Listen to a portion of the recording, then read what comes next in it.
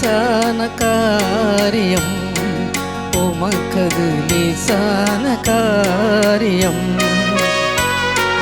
பலனுள்ளவன் பலனற்றவன், பலனுள்ளவன் பலனில்லாதவன், யாராயிருந்தாலும் உதவிகள் செய்வது லேசான காரியம். என் இயேசுவுக்கு லேசான காரியம்.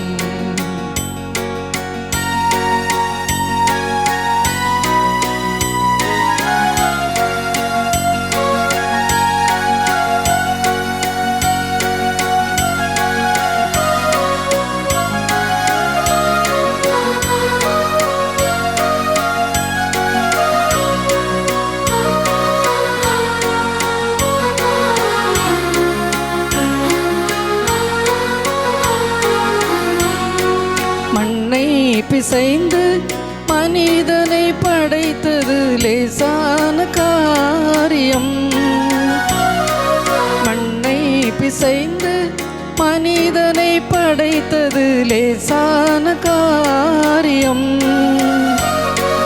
மண்ணான மனிதர்க்கு மன்னாவை அளித்தது லேசான காரியம்.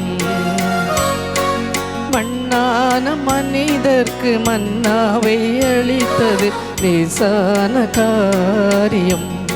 என் இயேசுவுக்கு லேசான காரியம்.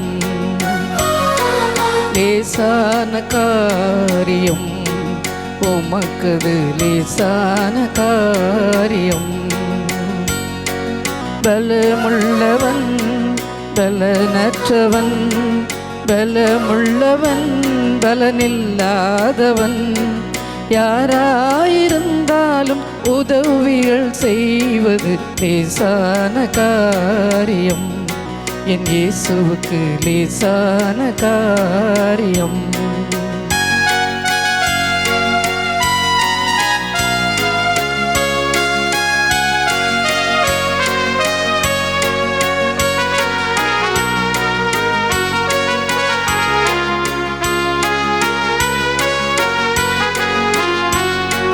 பெருமழை பெய்தும் பேழையை காப்பது லேசான காரியம். பெருமழை பெய்தும் பேழையை காப்பது லேசான காரியம். பெருங்கடல் பிளந்துமே பாதையை வகுப்பதும் லேசான காரியம். பெருங்கடல் பிளந்துமே பாதையை வகுப்பதும் லேசான காரியம்.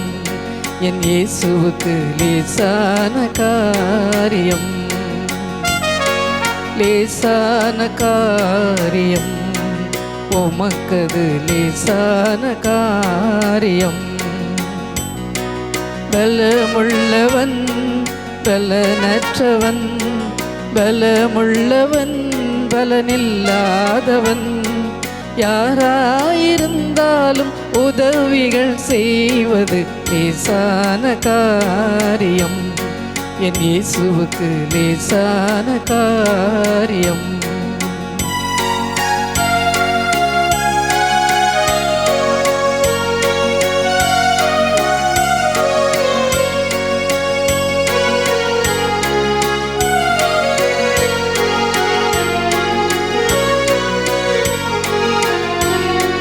கற்பாறை போல் கடல் மேல் நடப்பது லேசான காரியம். கற்பாறை போல் கடல் மேல் நடப்பது லேசான காரியம். கற்சாடி நீரை கனிரசமாக்குவது லேசான காரியம். கற்சாடி நீரை கனிரசமாக்குவது லேசான காரியம். என் இயேசுவுக்கு லேசான காரியம். லேசான காரியம், உமக்கது லேசான காரியம். பலமுள்ளவன் பலனற்றவன் பலமுள்ளவன் பலனில்லாதவன் யாராயிருந்தாலும் உதவிகள் செய்வது லேசான காரியம். என் இயேசுவுக்கு லேசான காரியம். என் இயேசுவுக்கு லேசான காரியம். எங்கள் அன்பின் தகப்பனே, உம்மை துதிக்கிறேன், உம்மை சோசிக்கிறேன் சுவாமி. இந்த நாளிலேயும் ஆண்டவரே அடிமை கொடுக்க போகிற செய்திக்காக இந்த சமூகத்தை நோக்கி நான் பார்க்கிறேன். என் மறைத்தின் வெளிப்படும் நீர் பேசும் நாங்கள் கேட்கிறோம். உம்முடைய வார்த்தைகளாக இருக்கட்டும். துதிகனமாயும் எல்லாம் ஒருவருக்கே செலுத்துகிறேன். இயேசு கிறிஸ்து நாமத்திலே ஜெபங்களை நல்ல பிதாவே, ஆமேன். கர்த்தருடைய மகத்தான நாமத்திற்கு சோஸ்திரம் உண்டாவதாக. இந்த நாளுக்குரிய செய்தியின் தலைப்பு சாதகமற்ற சூழ்நிலைகளில், when conditions are not favorable. இதற்கு ஆதாரமாக எடுத்துக்கொள்ளப்பட்ட வேத வசனம் 2 நாளாம் புஸ்தகம் 14வது அதிகாரம் 11வது வசனம். ஆசா தன் தேவனாகிய கர்த்தரை நோக்கி கூப்பிட்டு, கர்த்தாவே, பலம் உள்ளவனுக்காயிலும் பலனற்றவனுக்காயிலும் உதவி செய்கிறது உமக்கு லேசான காரியம். எங்கள் தேவனாகிய கர்த்தாவே, எங்களுக்கு துணை நில்லும். நம்மை சார்ந்து உம்முடைய நாமத்தில் ஏராளமான இந்த கூட்டத்திற்கு எதிராக வந்தோம். கர்த்தாவே, நீர் எங்கள் தேவன், மனுஷன் உம்மை மேற்கொள்ள விடாதேயும் என்றான். ஒரு யங் பைலட், இளைஞனான ஒரு பைலட், விமானத்தை ஓட்டுகிறவன், சின்ன ஒரு விமானத்திலே அவன் போய்கொண்டிருக்கும்போது, மலைகளுக்கு நடுவாக போய்கொண்டிருக்கும்போது பாதி வழி போன உடனே பயங்கரமான புயல், அது மட்டுமல்ல இடி முழக்கம் எல்லாம் இருந்த உடனே அவனுக்கு அந்த கண்ணாடி முன்னாடி அந்த கிளாஸில் தெரியவே இல்லை, என்ன முன்னாடி எங்கே போகிறோம் என்ற எதுவுமே தெரியாத ஒரு ஹேசியாக, அந்த வியூ எதுவுமே தெரியாமல் அவன் ஒரு சூழ்நிலை வந்தது. அவன் என்ன செய்வன்னு தெரியாது. எந்த நேரத்திலும் மலையின் மேலே எதிரே என்ன இருக்கு தெரியாது, எந்த மலையின் மேலேயும் மோதி ஆக்சிடென்ட் நடக்கும் என்று அவனுக்கு தெரிந்து விட்டது. என்றாலும் அந்த கண்ட்ரோல் ரூமுக்கு டெலிஃபோன் பண்ணினான். இப்படியாக எனக்கு வெளியில் எந்த விதமான ஒரு விஷயம் தெரியவே மாட்டேங்கிறது, இப்படி பயங்கரமாக மழையும் காற்று இருக்கிறது, இப்படியாக இருக்கிற அந்த இடி மின்னெல்லாம் இருக்குன்னு எனக்கு எதுவுமே தெரிய மாட்டேன்னு சொன்ன உடனே அங்கே பேசின குரல், மகனே, உனக்கு ஒருவேளை இங்கே பார்ப்பு தெரியாமல் இருக்கலாம், எனக்கு உன்னை தெரிகிறது, உன்னை என்னால் பார்க்க முடிகிறது. நீ நான் சொல்கிற இன்ஸ்ட்ரக்ஷனை மட்டும் கேட்டு அதன் மேல் நம்பிக்கை வைத்து அந்த ஃப்ளைட்டில் இருக்கக்கூடிய அந்த மெஷின்ஸ்லாம் எது எப்படி ஆப்ரேட் பண்ண வேண்டும் என்று சொல்லி நான் கொடுக்குற அந்த ஒரு இன்ஸ்ட்ரக்ஷனை ஃபாலோ பண்ணினால் நிச்சயமாக சோகமாக நீ வந்து கீழே இறங்கலாம், தரையிலே வந்து இறங்கலாம் என்று சொன்ன உடனே இவன் அதை நம்பினான். நம்பி அந்த இன்ஸ்ட்ரக்ஷன் படியே அவர் என்னென்ன பேசிக்கொண்டுதான் அதன்படி செய்த உடனே அந்த மேகங்களுக்கு நடுவே வரவும் கீழே பார்க்கும்போது அந்த தரையில் உள்ள வெளிச்சம் தெரிந்தது. கரை வந்து சேர்ந்தான். அதைத்தான் இந்த நாள் நான் பார்க்க போகிறோம். பல வேளைகளிலே நமக்கு சாதகமான, நமக்கு எல்லாமே எதிராக இருக்கின்ற போல நம்முடைய வாழ்க்கையில் இருக்கும். அப்படி இருக்கும்போது நாம் என்ன செய்ய வேண்டும்? மனிதர்களை நாடி ஓடினால் எந்த பிரயோஜனமும் கிடையாது. ஆனால் எல்லாவற்றுக்கும் மேலான வாக்குத்தத்தங்கள் உண்மை உள்ள நம்முடைய தேவனை சார்ந்து இருக்கும்போது நிச்சயமாக கஷ்டங்கள் வராமல் இருக்காது. வந்தால் அதிலிருந்து நம்மை ரொம்ப ஒரு ஆச்சரியமாக நம்ம விடுவிப்பார். தான் அந்த நாளில் பார்க்க போகிறோம். ஒரு ராஜாவை பற்றி பார்க்க போகிறோம். யூத ராஜா ஆசா என்று சொல்லக்கூடிய ஒரு யூத ராஜா. 2 நாளாம் புஸ்தகத்திலே 14, 15, 16 அதிகாரங்களிலே இவரை பற்றி வருகிறது. இந்த ஆசாவுடைய தகப்பனார் அபியா. ஆசா நல்ல கர்த்தருடைய பார்வைக்கு நல்ல செம்மையமாக நடந்து கொண்டு வந்தார். இவருடைய காலத்தில் இவர் என்ன பண்ணான்னு சொன்னால், இவருடைய நாடு முழுவதும் ரொம்ப அமைதியாக இருந்தது, சமாதானமாக இருந்தது. இவர் என்ன பண்ணார்? விற்கிற தோப்புகள் எல்லாம் வெட்டி போட்டு, இன்னும் அந்த பாகால் வழிபடுறவர்கள் எல்லாருமே அதையெல்லாம் அகற்றி, பாகால் தேவன் எல்லாம் அகற்றி, தோப்புகள் எல்லாம் விற்கிற தோப்புகளெல்லாம் வெட்டி போட்டு இடித்து, தேவனாய கர்த்தர் மட்டுமே தேவன் என்று சொல்லி மக்களுக்கும் அந்த நியாயப்பிரமாணத்தையும் இன்னும் கட்டளையில் கற்பனை எல்லாம் அவர்களை கற்பித்து அதன்படி நடக்க வேண்டும் என்று சொல்லி சொன்னான். இவனுடைய காலத்திலே அமெரிக்கையாக இருந்தது, 10 வருடம் இப்படி இருந்தது. அவன் ஆனால் அந்த சும்மா இருக்கவில்லை. நம்ம இப்பொழுது என்ஜாய் பண்ணலாமே, நான் இந்த வார் யாருமே இவர்களுக்கு எதிராக யுத்தத்துக்கு வரவில்லை. அமைதியாக இருந்த உடனே இவன் சும்மா இருக்கவில்லை. என்ன பண்ணான்னு சொன்னால், அரணான பட்டணங்களையும் கோட்டைகளையும் அரண்களையும் கட்டி, என் மேலே கதவுகள் இதெல்லாம் போட்டு, தாழ்பால் எல்லாம் போட்டு, நான் எதிரி வந்து நுழைந்து விடாதபடி இவன் இந்த அளவுக்கு அந்த நாட்டுக்கு பாதுகாப்புக்காக பெரிய பெரிய அரண்களையும் கோட்டைகளையும் கட்டி தாழ்பாலையும் போட்டான். ஜனங்களும் சேர்ந்து எல்லாம் செய்தார்கள். அப்படி இருக்கவே என்ன நடக்குன்னு சொன்னால், சேரா என்று சொல்லக்கூடிய எத்தியோப்பியன் ஒருவன் பெரிய ஒரு திரளான சேனைகளோடு இவர்களுக்கு எதிராக அவன் வருகிறான். அவனிடம் இருக்கிறது, அந்த சேரா கூட வருகிறது 10 லட்சம் பேர். யுத்த வீரர்கள். அது மட்டும் இல்லாமல் 300 ரதங்களோடும் வருகிறார்கள். இவன்கிட்ட இருந்த பராக்கிரசாமிலாம் இவன் ஆசா கிட்டேயும் இருந்தது. ஆனால் இவரிடம் இருந்தது 5,80,000 மட்டும்தான். பாதி, ஆல்மோஸ்ட் பாதி தான் வீரர்கள் இங்கே இருந்தார்கள். இவளுக்கானால் இவன் என்ன செஞ்சான், ஆண்டவர் மேலே சாய்ந்து அவர்களுக்கு எதிராக இவன் புறப்பட்டான். ஆனால் அப்பொழுது தான் சொல்கிறான், 14வது அதிகாரம் இன்னைக்கு வாசித்த அந்த வசனம், 14வது வசனம், கர்த்தாவே பலன் உள்ளவனுக்காயிலும் பலன் அற்றவனுக்காயிலும் உதவி செய்கிறது உமக்கு லேசான காரியம். எங்கள் தேவனாய் கர்த்தாவே எங்களுக்கு துணை நில்லும். உம்மை சார்ந்து அந்த வார்த்தை ரொம்ப முக்கியமான ஒரு வார்த்தை. உம்மை சார்ந்து உம்முடைய நாமத்தில் ஏராளமான இந்த கூட்டத்திற்கு எதிராக வந்தோம்.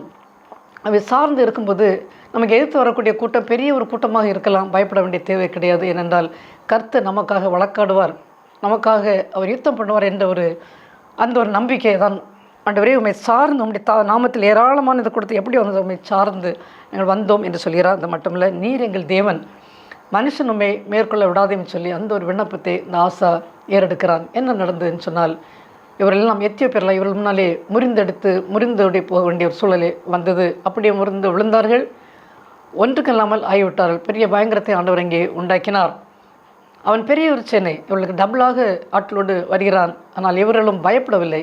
தேவன் நம்மோடு இருக்கிறான்னு சொல்லி அவளுக்கு எதிராக புறப்பட்டு போன பிறகு தேவனிடத்தில் ஒரு நம்பிக்கையோடு தான் இவன் சேனைகளோடு போகிறான். ஆனால் என்ன நடந்ததுன்னு சொன்னால், அவர்கள் முன்னாலே அவர்கள் தான் தோல்வியடைந்தார்கள். நிறைய கொள்ளை பொருள் எல்லாம் இவர்கள் எடுத்தார்கள். ஆடுகள், மாடுகள் எல்லாவற்றையும் அவர்கள் இந்த கொள்ளையாக எடுத்துக்கொண்டு இவர்கள் திரும்பி எருசலேமுக்கு வந்தார்கள் பார்க்கிறோம். இந்த ராஜாவோட முக்கியமான காரியங்கள் பார்க்கும்போது இவன் நல்ல தேவனுக்கேற்றவனாக நடந்தான், கர்த்தருக்கு ஏற்றபடி செம்மையமாக அவன் நடந்தான் என்று பார்க்கிறோம். யூத ராஜாக்கள், இஸ்ரவேல் ராஜாக்களை பார்த்தோம்னு சொன்னால் பல ராஜாக்கள் ரொம்ப மோசமானவர்களாக இருந்தார்கள். எல்லா அந்நிய தேவங்களை வணங்கி நம் நாட்டிலே மக்களையும் சீர்குலைத்து ரொம்ப மோசமாக நடந்தார்கள். அதை இவன் நம்ம நாட்டிலே பார்க்கும்போது தேவனை கர்த்தருக்கு பயந்து அவருக்கு பயந்து அவன் நடந்தான் என்று நாம் பார்க்கிறோம். ஏன்னா அடுத்த அதிகாரத்தில் 15வது அதிகாரத்தில் பார்த்தோம்னு சொன்னால் அங்கே இவனை பற்றி அங்கே வருகிறது. அங்கே அசரியான்னு சொல்லக்கூடிய ஒருவன் மேல் தேவனுடைய ஆவி வந்தது. அப்பொழுது அவர் இவர்களுக்கு சில எச்சரிப்புகளை கொடுக்கிறார். என்றால் கர்த்தரோடு இருந்தால் அவர் உங்களோடு இருப்பார். அது மட்டுமல்ல, அநேக நாளாய் இங்கே இஸ்ரவேலிலே தேவனும் இல்லை, உபதேசிப்பதற்கு யாருமே கிடையாது, வேதமும் இல்லை. ஸோ நெருக்கத்திலே இஸ்ரவேலின் தேவனாய கர்த்தரிடத்தில் நீங்கள் திரும்பி தேர்ந்த போது அவர் உங்களுக்கு ஒரு சமயமாக இருந்தார். எனவே இப்படியே விட்டுவிடக்கூடாது. தேசங்களிலே அக்காலங்களிலே வெளியே போகிறவர்களுக்கும் உள்ளே வரவர்களுக்கும் சமாதானம் இல்லாமல் இருந்தது. மக்களுடைய நிலைமை அவருடைய அந்த அளவுக்கு நடந்து கொண்டார்கள். எனவே தேசங்களின் குடிகள் எல்லாருக்கும் மகா அமளி உண்டாயிருந்தது. இதை இவர் கேட்ட உடனே அப்படிப்பட்ட ஒரு எச்சரிப்பை அந்த தேவனுடைய ஆவி அசரியா மேலே வந்து கேட்ட உடனே இவன் என்ன பண்ணான், இவன் அதற்கு பிறகும் ஆசா ராஜா சும்மா இருக்கவில்லை. அவர் என்ன பண்ணினார் சொன்னால், எல்லாவற்றையும் கர்த்தருடைய எல்லா பலிப்படத்தை எல்லாம் புதுப்பித்து எல்லா ஜனங்களை எல்லாம் வரவைத்து, ஆண்டவரை உண்மையும் துன்பத்தோடு ஆண்டவரை தொழுது கொள்ள வேண்டும், யார் அப்படி செய்யவில்லையோ, சிறியோர் பெரியோர் பெண்கள் யாராக இருந்தாலும் சரி எல்லோருமே கொலை செய்யப்பட வேண்டும் என்று சொல்லி அப்படி ஒரு ஆணையை பிறப்பித்தான். அந்த ஒரு உடன்படிக்கை செய்தான், கொலை செய்யப்பட வேண்டும் என்று அப்படி செய்யாதவர்களாம். எனவே அது மட்டுமல்ல, என்னுடைய தாயார் அவள் இந்த விக்கிரங்களில் வழிபடுகிறவள், அவளை அந்த விக்கிரங்களெல்லாம் கொண்டு வந்து எரித்து அந்த ராஜபாரத்திலிருந்தே ராஜ்யத்தை இந்த பொசிஷனில் இருந்தே அவளை இறக்கி விட்டான். பார்க்கும்போது ஆண்டவருக்கு பயந்து எல்லா காரியங்களையும் அவன் செய்தான். அதனால்தான் அந்த ஒரு தைரியத்தோடு இவ்வளோ பெரிய ஒரு எத்தியோப்பியா சேனை வருகிறது அவன் சேர்ந்து அங்கே வரும்போது இவர்கள் 5,80,000 பேர் தான். அவனும் 10 லட்சத்தோடு ஆட்டோடு வருகிறான், 300 ரதங்களோடு வருகிறான். ஆனாலும் பயப்படாமல் எதிரே போய்விட்டான், சும்மா இருக்கவில்லை. ஆண்டவர் பார்த்து கொள்ளுவரே என்று சொல்லி, தேவன் நமக்கு தான் வாக்குத்தத்தங்களை கொடுக்கிற தேவன் உண்மை உள்ளவர் என்று சொல்லி சும்மா இருக்காதபடி அவர்களுக்கு எதிராக போகிறான். போனது மட்டுமல்ல, ஆண்டவரே பலம் உள்ளவன் கையிலும் பலன் இல்லாதனாலும் உதவி செய்கிறது உமக்கு லேசான காரியம் என்று சொல்லி அந்த ஒரு விண்ணப்பத்தை வைத்தது நம்முடைய வாழ்க்கைக்கு நம்ம பிரயோஜனமாக இருக்குது. பல வேளைகளிலே நம்முடைய வாழ்க்கையிலும் பார்த்தோம்னு சொன்னால் என்ன செய்வோம் ஏது செய்வோம் என்று அப்படி ஒரு திகைப்பான ஒரு நேரத்திலே திகைப்பான நிலைமையிலே நாம் இருந்து கொண்டிருப்போம். இப்பொழுது கூட ஒரு வேளை நீங்கள் பார்த்து கொண்டு இருக்க யாராவது கூட என்ன செய்யலாம் என்று குழப்பங்கள் மத்தியிலே இருந்து கொண்டு இருக்கலாம். நம்முடைய குடும்பக்காரர் எதிராக இருக்கலாம், அல்லது வேலை பார்க்க எதுவாக இருந்தாலும் மனதுக்கு ரொம்ப இதிலிருந்து மீண்டு வரவே முடியாது என்ற ஒரு குழப்பமான சூழ்நிலை இருந்தால், ஆண்டவர் பெரியவர். அவர் எப்படியாக அந்த ஒரு பைலட், அந்த அட்மாஸ்பியர் அவ்வளோ ஒரு மோசமாக இருந்தது. அவனுக்கு வெளியில் என்ன நடக்கிறது, எங்கே போகிறது ஃப்ளைட் என்று கூட பிளைன் கூட தெரியாமல் இருந்தவன். ஆனால் அந்த கண்ட்ரோல் ரூம் இருந்த அந்த வார்த்தையை கேட்ட உடனே அதை நம்பி அந்த ஒரு ஒழுங்குமுறையில் அவன் செய்த உடனே எப்படி இயக்க வேண்டும் என்று சொல்லி இந்த இன்ஸ்ட்ரக்ஷன் கேட்டு செய்த உடனே அவன் சுகபத்திரமாக தரையை வந்து இறங்கினது போல நாம் ஆண்டவருடைய பரிசுத்த வேதாகம் ஆதியிலிருந்து கடைசி வெளிப்பாடு வரையிலையும் வெளிப்படுத்தின விசேஷங்கள் வரையிலையும் நமக்கு ஆண்டவர் நமக்கு ஒவ்வொரு நாளும் பயப்படாத 366 தடைக்கு மேலே ஆண்டவர் வேதாந்தத்தில் சொல்லியிருக்கார். இதற்காக அவருக்கு தெரியும் நம்மெல்லாம் ரொம்ப வீக்கானவர்கள். ஒரு பிரச்சனை வந்தால் எவ்வளோதான் விசுவாசம் இருந்தாலும் பல வேளையில் அப்படியே சோர்ந்து போய்விடுவோம். என் மகன் என் மகள் சோர்ந்து போய்விடுவாள்னு சொல்லி அவ்வளோ வார்த்தையில் நமக்கு தந்து நம்ம உற்சாகப்படுத்துறதுக்கு அவர் கரங்களிலே நமக்கு பரிசுத்த வேதாந்தத்தை தந்திருக்கிறார். நாம் செய்ய வேண்டியது அவர்கள் சார்ந்து இருக்க வேண்டும். சார்ந்திருப்பது மட்டுமல்ல, சும்மாவே இருந்து விடக்கூடாது. ஜெபித்தால் போதும், குரூப்பாக ஜெபித்தால் போதும் என்று சொல்லி நாம் இல்லாதபடி தனிமையான ஜெபங்கள் ரொம்ப ரொம்ப முக்கியம். ஆசை தனியாக தான் அந்த அவன் கூடவே சேனல் இருந்தாலும் அவன் எடுக்கிற ஜெபத்தை பார்க்கும்போது ஆண்டவரே கர்த்தாவே நீர் உமக்கு கர்த்தாவே எங்களுக்கு நீ துணை நிலும் என்று சொல்லி அந்த ஒரு ஜெபத்தை ஒரு ராஜா எடுக்கும்போது எந்த அளவுக்கு ஆண்டவர் அந்த பெரிய சேனையாக இருந்த சேனைகளாக வந்த எத்தியோப்பியர்கள் இவர்கள் பக்கத்திலிருந்து நொறுங்கும்படியாக கலங்கடிக்கப்பட்டால் இருந்து நான் பார்த்தோம்னு சொன்னால் ஆண்டவர் நம்மோடு இருப்பார். நாம் அவரோடு சேர்ந்து இருக்கும்போது அவரை நாம் தேடினால் நமக்கு அவர் சமீபமாக இருப்பார் என்பதில் இந்த விதமான சந்தேகம் கிடையாது. எவ்வளோ உதாரணங்கள், எவ்வளோ சரித்திரம் நமக்கு நம்முடைய பக்தர்களை பற்றி வேதாமத்திலே அநேகருடைய வாழ்க்கையில் இப்படிப்பட்ட காரியங்கள் நடந்துக்க நாம் பார்க்கிறோம். ஆனாலும் சில பிரச்சனைகள் என்று பாடல் வரும்போது வாழ்க்கையிலே இல்லை பிள்ளைகளுடைய திருமண வாழ்க்கையிலையோ அல்லது நம்முடைய வாழ்க்கை திடீரென்று வரும் மரணங்கள் இப்படியெல்லாம் காரியங்கள் வரும்போது நம்முடைய விசுவாசத்தில் அலைக்கழிக்கப்பட்டவர்களாக நம்ம இருக்கிறோம். அப்படி இருக்கக்கூடாது. ஆண்டவர் எதுக்காக இந்த காரியங்களை செய்கிறான்னு சொன்னால் நம்ம இன்னொரு வழியில் நடத்தி கொண்டு போவதற்காக தான். அவர் இரக்கம் உள்ளவர். நிச்சயமாக நமக்கு தாய்க்கொள்ள முடியாததுக்கு மேலாக நம்மை ஒருபோதும் சோதிக்கிறவர் அல்ல. அந்த விசுவாசம் நமக்கு இருக்க வேண்டும். நமக்கு பலம் இல்லாமல் இருக்கலாம், ஒன்றுமே இல்லையே சுவாமி, சுவீனமாக பல ஆண்டுகள் பெட்டில் இருக்கலாம், ஒரு கேன்சர் வியாதினாலோ அல்லது ஏதாவது ஒரு ஆக்சிடெண்ட் வந்து நடக்க முடியாமல் இப்படி பல சோதனைகளில் நாம் இருந்து கொண்டு இருக்கலாம். ஆனால் கர்த்தர் பெரியவர். அவருடைய இரத்தத்தை நம்மேல் தெளித்து, கல்வாரி இரத்தத்தை ஆண்டவராகிய இயேசு கிறிஸ்துவின் திரு இரத்தத்தை நம்மேல் தெளித்தார்னு சொன்னால் எந்தவித நோயானாலும் அது பறந்து போகும். ஆனால் நமக்கு அந்த ஒரு நம்பிக்கை வர வேண்டும். இப்படி தான் அந்தோனியராம் ஜட்சன் என்று சொல்லக்கூடிய ஊழியர் எல்லோருக்கும் தெரிஞ்சிருக்கும். பர்மாவுக்கு அவர் மிஷனரியாக அனுப்பப்பட்டார். அங்கே அனுப்பப்பட்டு 6 ஆண்டுகள் அவருக்கு எந்த விதமான ஒரு ஆத்மா கூட ரட்சிக்கப்படவில்லை. அதை கேள்விப்பட்டு அங்கிருந்து அந்த மிஷனரி அங்கிருந்து அனுப்பின அந்த மிஷன் அவர்கள் என்ன பண்ணான்னு சொன்னால், இதுவரை ஒரு ஆத்மாவை கூட ரட்சிக்கவில்லையே, இனி எவ்வளோ நாள் இப்படி இருக்க முடியும்? அதனால் நாங்கள் இனி இந்த ஒரு அங்கிருந்து அனுப்பக்கூடிய ஃபண்டிங்கை நாங்கள் அனுப்ப முடியாது, எங்களுக்கு அது வேஸ்ட்டாக இருக்கும் என்று சொல்லவே அவர் லெட்டரில் எழுதுகிறார்கள், எவ்வளோ நாட்கள் உனக்கு ஒரு நம்பிக்கை இருக்கிறது, எப்படியாவது மக்கள் ரட்சிக்கப்பட வந்து எவ்வளோ நாள் தான் உனக்கு நம்பிக்கை இருக்கிறது கேட்டுடன் இவர் பதில் எழுதினார். என் தேவனுடைய வாக்கு தத்தங்கள் நிச்சயமாக நிறைவேறும் இந்த நம்பிக்கை, அசைக்க முடியாத நம்பிக்கை என்னிடத்தில் இருக்கிறது. அது இருக்க வரைக்கும் நான் பயப்படவே மாட்டேன். நிச்சயமாக ஆத்துமாக்களை ஆண்டவர் கொடுப்பார் என்று சொல்லி அந்த ஒரு திட நம்பிக்கை அவருக்கு இருந்தது. கொஞ்சம் நாட்டில் போன பிறகு பார்த்தோம்னு சொன்னால் அநேகமான சபைகள், 100க்கு மேலே சபைகள் அங்கே பர்மாவிலே ஸ்தாபிக்கப்பட்டது. அநேகமான லட்சக்கணக்கான மக்கள் ஆண்டவரை இயேசு கிறிஸ்துவை ஏற்றுக்கொண்டு ரட்சிக்கப்பட்டார்கள் என்று அவருடைய சட்டெல்லாம் படித்தோம் என்றால் நமக்கு தெரியும். இந்த பல வேளைகளில் நமக்கு சூழ்நிலையில் எதிராக இருக்கும், நினைத்து பார்க்க முடியாது. நிச்சயமாக இதிலிருந்து நாம் மீண்டு கொள்ள வரவே முடியாது. அவ்வளோ ஒரு நமக்கு இவ்வளோ தூரம் வந்துவிட்டோம், இதுக்கு நிச்சயமாக இதற்கு வேறு இதுதான் முடிவு என்று சொல்லி பல வேளைகளில் பலர் கூட வெயிட் பண்ணி பார்க்காம சில தற்கொலைகள் கூட காரணம் இதற்காக தான். ரொம்ப டிப்ரெஷனுக்கு போய்விட்டு இனி என்ன வாழ்க்கை, கடன் அதிகமாக ஆகிவிட்டது, கொடுக்க முடியாத சூழ்நிலை இருந்து கொண்டு இருக்கிறோம், இனி என்ன வாழ்க்கைன்னு சொல்லி பேப்பரில் நான் தினந்தோறும் பார்த்தோம்னு சொன்னால் இப்படிப்பட்ட காரியங்கள் நாம் வாசிக்க முடியும். அவர் மட்டுமல்ல, கடன் வாங்கின அந்த வீட்டில் உள்ள தகப்பன் மட்டுமல்ல, பிள்ளைகளையும் மனைவியும் கூட ஏதாவது பாய்சன் அதை கொடுத்து அல்லது அவர்களையும் கொலை செய்து தானும் சாகிறதை பல நியூஸ் எல்லாம் பார்க்கிறோம். ஏனென்றால் இந்த ஒரு விசுவாசம், ஒரு நம்பிக்கை இல்லாத ஒரு காரணத்தினால்தான். அநேகமான நாம் மிஷனரிஸை பார்த்தோம் என்று சொன்னால் அவர்கள் அனுபவிக்காத கஷ்டங்கள் கிடையாது. எவ்வளவு நாடு கடந்து கடல் கடந்து பழைய நாட்டிலே பார்த்தோம் என்று சொன்னால் இப்போது போல் ஃப்ளைட்டில் போனால் 5 or 6 hours அல்லது 10 மணி 12 மணிக்குள்ளே போய் நாடு நம்ம சேர்ந்து விடலாம் என்று இப்பொழுது இருக்கிறது. ஆனால் பழைய காலத்திலே மாத கணக்கிலே கடல் மூலமாக கப்பல் மூலமாக பிரயாணம் பட்டு இங்கே வந்து அதில் பல எதிர்ப்புகள்லாம் வரும். வெளிநாட்டிலேருந்து இந்தியாவுக்கு வரும்போது பல எதிர்ப்புகள் உண்டு. அப்படிலாம் வரும்போது இதெல்லாம் தாண்டி தான் அவர்கள் இங்கே வந்து ஊழியத்தை செய்தார்கள். தரங்கம்படியில் அண்மையில் கூட நாங்கள் போனோம், போய் பார்க்க இந்த லீவ் நாளில் சரஸ்வதி பூஜை ஹாலிடேயில் ஒரு சர்ச் மூலமாக எனக்கு போகக்கூடிய ஒரு ஒரு ஒரு சான்ஸ் கிடைத்தது. அங்கே போய் பார்க்கும்போது அங்கே ஸ்டீகன் பால் அவருடைய படத்தில் ஸ்டீகன் பால் அவருடைய இடத்தை அவர் வாழ்ந்த இடம், அவரை அடக்கம் பண்ண இடம் எல்லாத்தையும் பார்க்கக்கூடிய ஒரு சூழ்நிலை வந்தது. ஆனால் அங்கே பார்த்தோன்னா எவ்வளோ ஒரு கஷ்டங்கள் எல்லாம் அவர்கள் அனுபவித்திருக்கிறார்கள். அவர் அங்கே தமிழை நியூ டெஸ்டமெண்ட் தமிழ்லே இங்கிலீஷை தமிழிலே டிரான்ஸ்லேட் பண்ணி அது முதல்ல அச்சடித்தவர் தான். இங்கிலாந்திலிருந்து பிரிண்டிங் ப்ரெஸ் வந்தது. இவர் தான் முதலில் இதை தமிழிலே அச்சடித்த ஒருவர் என்று பார்க்கும்போது நாம் தமிழ் கற்றவர்கள் தான். எந்த அளவுக்கு வேதாமத்தை மற்றவர்களுக்கு நாம் சொல்லிக் கொடுக்குற அளவுக்கு சொல்கிற அளவுக்கு நாம் இருந்து கொண்டிருக்கோம் என்று வாசிக்கவும் நான் ரொம்ப அங்கே போயிருக்கும்போது ரொம்ப குத்தப்பட்டவளாக காணப்பட்டேன். எவ்வளவு நமக்கு நம்முடைய தேவனுக்காக நாம் செய்ய வேண்டிய காரியங்கள் ஊழியங்கள் எவ்வளவு இருக்குதுன்னு சொல்லி அவரெல்லாம் எந்த விதமான காணிக்கை எதிர்பார்த்தோ அல்லது அவருடைய ஒரு நல்ல ஒரு வாழ்க்கை நல்ல ஒரு சொஃபிஸ்டிகேஷன் எவ்வளோ பெரிய பெரிய நல்ல நிலைமையில் இருந்தவர்கள் தான் அவர்களெல்லாம். ஆனால் எல்லாவற்றையும் விட்டு ஆண்டவருக்காக நான் எதையும் செய்வேன் என்று சொல்லி நாடு விட்டு நாடு வந்து நமக்காக அவர் செய்தார்களே நாம் சிந்தித்து பார்க்க வேண்டும்.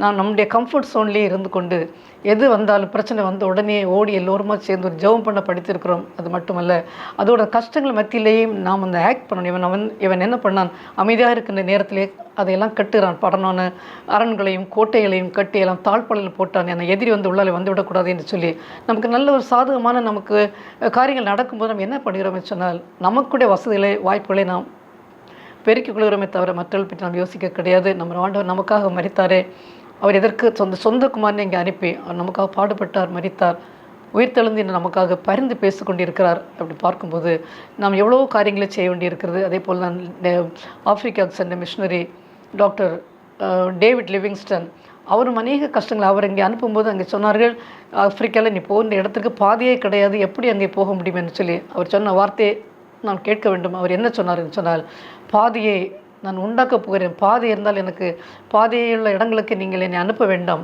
பாதைகளே இல்லாத இடத்துல அந்த பாதையை உண்டாக்க வேண்டும் என்று சொன்னார். எவ்வளோ ஒரு அவர்களெல்லாம் அந்த ஒரு மூலிய வாஞ்சா இருக்கிறார்னு பார்ப்போம். அவர் சொந்த நாட்டிலே கிடையாது, அந்த கற்பனை மக்கள் மத்தியிலே ஆப்பிரிக்க கண்ட்ரிலே அங்கே போய் ஊழியத்தைச்சுன்னு சொன்னால் எவ்வளோ ஒரு கஷ்டமான ஒரு காரியம். சரியான லைட் கிடையாது, சரியான கரண்ட் கிடையாது. எல்லா சீதோஷ நிலையிலும் தங்களை அர்ப்பணித்தாலும் சொன்னால் ஆண்டவர் மேல் உள்ள ஒரு அன்பு, அவருக்கு ஏதாவது செய்ய வேண்டும் என்று சொல்ல அந்த ஒரு எண்ணம் இருந்தது. ஒரு முறை அப்படித்தான் அவர் அங்கே போகும்போது அங்கே என்ன நடந்ததுன்னு சொன்னால், ஜாம்பசி என்று சொல்லக்கூடிய ஒரு ஆற்றை கடந்து அவர் போக வேண்டும். ஆனால் என்ன நடந்தது, அங்கே உள்ள அந்த ஒரு தலைவன், கற்பனத்தினுடைய ஒரு தலைவன், அந்த ஏதோ ஒரு வியாபாரி, வெள்ளைக்கார வியாபாரி இவனை கடந்து வியாபாரம் நடத்த வேண்டும் சொன்னால் இந்த ஆற்றை கடந்து வர வேண்டும். வரும்போது அவனை ஏமாற்றி விட்டான் என்பதற்காக பயங்கர கோவம், எந்த வெள்ளைக்காரங்க வந்தாலும் நான் கொலை செய்வேன் என்று சொல்லி அப்படி ஒரு த்ரெட்டன் பண்ணி கொண்டு அப்படி சபதத்தை அவன் எடுத்தவன் தலைவன். இவரதை கடந்து போக வேண்டும் ஊழியம் செய்வதற்காக. அங்கே போன உடனே மக்களாக சொல்லியிருக்கிறாள், நீங்கள் அங்கே போகிறது உங்களுக்கு சேஃப்டி கிடையாது, ஏனென்றால் அந்த தலைவன் ஏற்கனவே சொல்லியிருக்கிறான், அந்த பக்கம் போனால் அது எந்த வெள்ளைக்காரன் வந்து போனாலும் நான் கொலை செய்வேன் என்று அவன் சொல்லியிருக்கிறார், அதனால் தயவுசெய்து நீங்கள் போக வேண்டாம்னு சொல்லி. ஆனால் அவர் என்னன்னா தன்னுடைய போவதற்கு முன்பதாக ஒவ்வொரு நாளும் வேதவாசியை படிப்பார். அது படிக்கும்போது அன்றைக்கு அவர் படித்த ஈவினிங்கில் படித்த வசனம் என்ன சொன்னால், மத்தேயு எழுதின சுவிசேஷம் 28வது அதிகாரத்திலே 20வது வசனம் பின்பகுதி, இதோ உலகத்தின் முடிவு பரியந்தம் சகல நாட்களிலும் நான் உங்களுடனே கூட இருக்கிறேன் என்ற வசனத்தை படித்தார், நினைத்தார். அவருக்கு தைரியம் வந்தது. இறுதி வரையில் அவர் என்ன அதில் கொடுத்த உலகத்தின் முடிவு பரியந்தம் நான் சகல நாட்களிலும் நான் உங்களுக்கு கூட இருக்கிறேனே என்று சொன்ன அந்த ஒரு வார்த்தை அவருக்கு தைரியமாக இருந்தது. அவர் நம்மோடு இருக்கும்போது எதற்காக பயப்படணும்னு சொல்லி துணிந்து அதை கிராஸ் பண்ணி போனார். அந்த தலைவனும் ஒன்று செய்யவில்லை. நாம் சிந்தித்து பார்க்கணும் எந்த அளவுக்கு நம்முடைய விசுவாசம்லாம் இருக்கிறது என்று சொல்லி நாம் சிந்தித்து பார்க்க வேண்டும். வாழ்க்கையிலே குடும்பங்களிலே பிரச்சனைகள் வரும்போது அப்படியே சோர்ந்து போய் விடுகிறோம். ஆனால் சோர்ந்து போவதற்கு நம்முடைய தேவன் பயத்தின் ஆவியை தரவில்லை, பலத்தின் ஆவியை தந்திருக்கிறார். எனவே பலம் உள்ளவனாயிலும் பலனற்றவனாயிலும் உதவி செய்வது நம்முடைய ஆண்டவருக்கு லேசான ஒரு காரியம். ஒவ்வொரு நாளும் நாம் வசனங்களை எடுத்து, ஆண்டவரே இந்த சில நேரங்களிலே பல பிரச்சனை, எதிர்பாராத பிரச்சனை நமக்கு வரும்.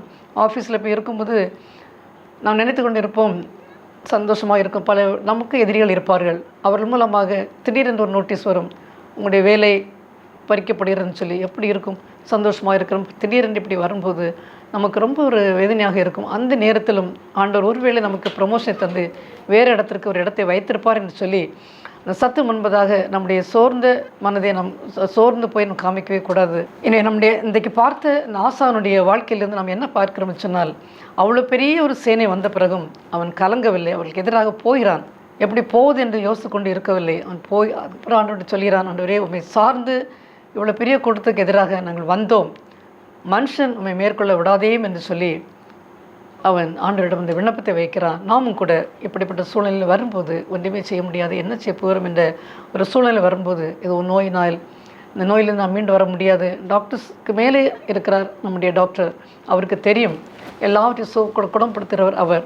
எய்த்தலுக்கு வர்ற எந்த நோய் உங்களுக்கு வராது, நானே பரிகாரியாகிய கர்த்தர் என்று சொன்னவர். அந்த வசனத்தை பிடித்து கொண்டு நாம் ஜெபித்தோம் என்று சொன்னால் நமக்கு ஒரு சைக்கலாஜிக்கலாகவே ஒரு டிசீஸ் இருந்தால் கூட அது பறந்து போய்விடும். எனக்கு ஒன்றுமில்லை, என் தேவன் என்னோடு இருக்கிறார், எப்படி நோய் என்னை மேற்கொள்ள முடியும் என்ற ஒரு தைரியம் வந்துவிட்டால் அது போதும். எனவே தேவனுடைய விசுவாசத்தோடு இருந்து நம் காரியங்களை செய்தோம் என்று சொன்னால் பெரிய பெரிய காரியங்கள் நிச்சயமாக செய்ய முடியும் என்பதில் எந்த மன சந்தேகமில்லை. பலனே இல்லையே, என்ன செய்ய போகிறதெல்லாம் நாம் சோர்ந்து போக வேண்டிய தேவையில்லை. எனவே நம்முடைய வேதாந்தத்தில் கொடுக்குற ஒவ்வொரு சரித்திரம் பிரச்சனைகள் வரும்போது அதில் எடுத்து அவருடைய ஸ்டோரி எடுத்து பார்த்தோம்னு சொன்னால், வேத பக்தர்கள் பெண்களையும் பார்த்தால் ருத் எவ்வளோ ஒரு கஷ்டத்தை அனுபவித்து வந்தவள், எஸ்தர் ஒரு அடிமையாக கொண்டு போகப்பட்டவள் தான் இங்கே. ஆனால் ஒரு ராஜாத்தை உயர்த்தப்பட்டவள் சொன்னால் எதிர்பார்க்க எல்லா நற்குணங்கள் நமக்கு தேவை. எந்த இடத்துல நம்மை தாழ்த்த வேண்டுமோ, எந்த இடத்திலே நாம் பிறரிடம் அன்பு காமிக்க வேண்டுமோ, மொர்தெகாய் அந்த ஒரு சூழ்நிலை இருந்தபோது அவள் சொல்கிறாள், முதல்ல அவளது ஒரு பயம் இருந்தது, ராஜாவிடம் எப்படி பார்க்க போகுது என்று சொல்லி மொர்தெகாய் அவள் பரிந்து சொல்ல அந்த சட்டத்தை மாற்ற வேண்டும் என்று சொல்லி ராஜாவிடம் பேசுறதுக்கு எஸ்தரை அனுப்ப வேண்டும் சொன்னபோது முதலே ஒரு பயந்தாளன். அதுக்கு பிறகு அவன் சொன்ன உடனே அவள் என்ன செய்கிறாள், நான் செத்தாலும் சாகிறேன் என்ற துணிச்சலோடு தன்னுடைய சொந்த ஜனங்களுக்காக அவள் போகிறாள். நாமும் கூட எவ்வளவோ பைபிள் ஸ்டடியெல்லாம் அட்டன் பண்ணுகிறோம், எவ்வளவோ பெண்கள் கூட்டங்கள், அதுக்கு குறைவே கிடையாது. அநேக வாலிபர் கூட்டங்கள், ஏன் நம்முடைய பிள்ளைகளுக்கு, நம்முடைய அநேகமான டைவர்ஸ் இன்னும் அதிகமான மேரேஜில் பிரச்சனைகள் ஏன் நம்முடைய பிள்ளைகளுக்கு மட்டும் வருகிறது? கிறிஸ்தவர்கள் கணக்கெடுத்து பார்த்தால் இங்கே தான் அதிகமாக இருக்குன்னு சொல்கிறார்கள். ஏன் இப்போது இதுவாக இந்த சூழ்நிலை ரூத்தை விடவா கஷ்டப்படும் வந்திருக்கும் யாருக்கும்? அவள் அப்படியே வருகிறாள், மாமியார் நீ அங்கே இருந்து சொல்கிறாள், அவ்வளோ நீ எங்கே போன சாவி தவிர இனியுமே நம்ம ரெண்டு பேரும் பிரிக்க முடியாதுன்னு சொல்லி கூடவே வருகிறாள். தெரியாது பெத்லகேமில் என்ன நடக்கும் என்னன்னு தெரியாது. சொந்த ஜனங்கள் எல்லாம் மோபிலே இருக்கிறார்கள். ஆனால் அந்த விசுவாசனால் தான் ஆண்டவர் இயேசு கிறிஸ்துவின் ஜன்மம் வரார்களே, அவருடைய பெயர் மோபிய பெண்ணாக இருந்தாலும் அவளுடைய பெயர் வரும்படி வந்துச்சுன்னா அவளுடைய அந்த ஒரு குணங்கள் நற்குணங்கள் ஆபிரகாம் எடுத்து பார்த்தா ஒவ்வொரு எடுத்து பார்த்தா அவள் கஷ்டப்படாமல் யாருமே வேதாமத்தில் அவளுடைய பெயர் வரவில்லை. அவள் இந்த நாள் வரைக்கும் நாம் படிக்கிறோம்னு சொன்னால் விசேஷத்த குணங்கள். இங்கேயும் ஆசா பின்னாடி பார்த்தால் ஆசா சில காரியங்கள் அவன் என்ன பண்ணியான்னு சொன்னால், இஸ்ரவேல் ராஜாவிற்கு எதிராக வரும்போது சீரிய ராஜாவுக்கு ஆலயத்தில் இருந்த ஜாமான்களை எடுத்து கொடுத்து எனக்கு ஒரு துணை வர வேண்டும் என்று சொல்லி இவ்வளோ தூரம் ஆண்டவரை சார்ந்திருந்தவன் தான். ஆனால் அங்கே பார்த்தோம்னு சொன்னால் அவனுக்கு உதவிக்காக இஸ்ரவேல் ராஜா எதிராக வருகிறான், எனக்கு ஹெல்ப் பண்ண வேண்டும் என்று சொன்ன உடனே அந்த ஹெல்ப்பு அப்புறம் மனித உதவிக்கு போகிறான். அது மட்டும் இல்லை, அவனுக்கு பிறகு பார்த்தோம்னு சொன்னால் 39 ஆண்டு ஆட்சி பண்ணி கொண்டு இருக்கும்போது அவனுடைய காலிலே ஒரு நோய் வருகிறது. அப்பொழுதும் பரிகாரங்களை தேடுகிறான், ஆண்டவரை தேடவில்லை. பல வேளைகளில் பல அற்புதங்களையும் அதிசயங்களையும் நமக்கு செய்தாலுமே சிலர் நம்ம மனம் அடிவாக்கும் போது ஏதாவது ஒரு வழியிலே போய் ஜோசியரை பார்ப்போமா அல்லது வேறு இன்னொரு டாக்டரை பார்க்க போகலாமா, இப்படியெல்லாம் நமக்கு மனதுக்குள்ள சில குழப்பங்கள் வந்துவிடும். தைரியமாக ஆரம்பத்தில் எல்லாம் பெரிய பெரிய பிரச்சனைலாம் தாண்டி வந்திருப்போம். ஆனால் அந்த விசுவாசம் சில வேளைகளிலே அப்படியே விசுவாசத்தில் நம்ம குறைவுபட்டுள்ளதாக காணப்படுகிறோம். எனவே கேட்டுக்கொடுக்க தேவ பிள்ளைகளை எது வரட்டும் என்ன வந்தாலும் சரி, ஒரு டாக்டர் டேவிட் லிவிங்ஸ்டனை போல், அதோனிராம் ஜட்சன் அவ்வளோ பயங்கரமான கஷ்டங்கள், இப்போ பிள்ளைகள் இறந்திருப்பார்கள், கப்பல் பயணம் என்று அநேகமான துக்கமான செய்தி அநேகம் உண்டு. ஆனாலும் ஆண்டவருக்காக நான் இரத்த சாட்சியம் மறிப்பேன் என்ற அந்த ஒரு டிட்டர்மினேஷன் வந்த ஒரு காரணத்தினால்தான் அவர்களை பற்றி நான் கூட எடுத்து கொண்டு இருக்கிறோம். எனவே வாழ்க்கையிலே பிரச்சனைகள் வரும்போது ஆண்டவர் சார்ந்திருந்து நாம் செய்ய வேண்டியது நாம் செய்யும்போது நிச்சயமாக ஆண்டவர் நமக்காக வழக்காட என்பது எந்த சந்தேகமில்லை. கத்தத்தாமே இந்த செய்தி ஆசிரியப்பாரு ஜெபம் செய்வோம். அன்பின் இந்த நாளிலேயும் ஆண்டவரே, எங்களுக்கு சூழ்நிலைகள் மோசமாக இருந்தால் நாங்கள் என்ன செய்வோம் என்பதை அந்த ஆசா ராஜாவும் அந்த யூத ஜனங்களுடைய காரியத்தில் நாங்கள் கற்றுக்கொண்டோம். உண்மை சார்ந்திருந்து அந்த பெரிய திரளான கூட்டத்துக்கு எதிராக புறப்பட்டு போனான். ஆனாலும் ஆண்டவரே, பலமுள்ளவனாயிலும் பலனற்றவனாயிலும் உதவி செய்கிறது நமக்கு லேசான காரியம் என்று சொல்லி அந்த ஒரு விண்ணப்பத்தை எடுத்து எல்லோருமாக ஆண்டவரே சேர்ந்து வந்தபோது அவர்களுக்கு நீ வெற்றி கொடுத்து எதிராளி ஓடி நொறுக்கும்படியாக நீ கிருபை செய்தீர். அதுபோல் இதை பார்த்து கொண்டிருக்கிற பிள்ளைகள் என்ன சொல்லி அவ்வளோதான் வாழ்க்கையை முடிந்து போகிறது என்று சொல்லி விசுவாசம் இல்லாமல் இருந்தால் நாசாவை போல ஒரு நம்பிக்கை கொடுத்து தேவன் நம்மோடு இருக்கிறார், ஒருபோதும் கைவிட மாட்டார், அவருடைய வாக்குத்தத்தங்கள் உண்மையுடையது, அவர் வாக்குத்தங்கள் கொடுப்பவர் மட்டுமல்ல உண்மையுள்ளவர் என்பதை உணர்ந்து பார்த்து ஒரு தைரியத்தையும் ஒரு விசுவாசம் கொடுத்து அந்த நீ நடத்த வேண்டுமாய் ஜெபிக்கிறேன் சுவாமி. துதிகன மகிமை எல்லாம் ஒருவருக்கே செலுத்துகிறேன் இயேசு கிறிஸ்து நாமத்திலே. ஜெபங்களை நல்ல பிதாவே, ஆமீன்.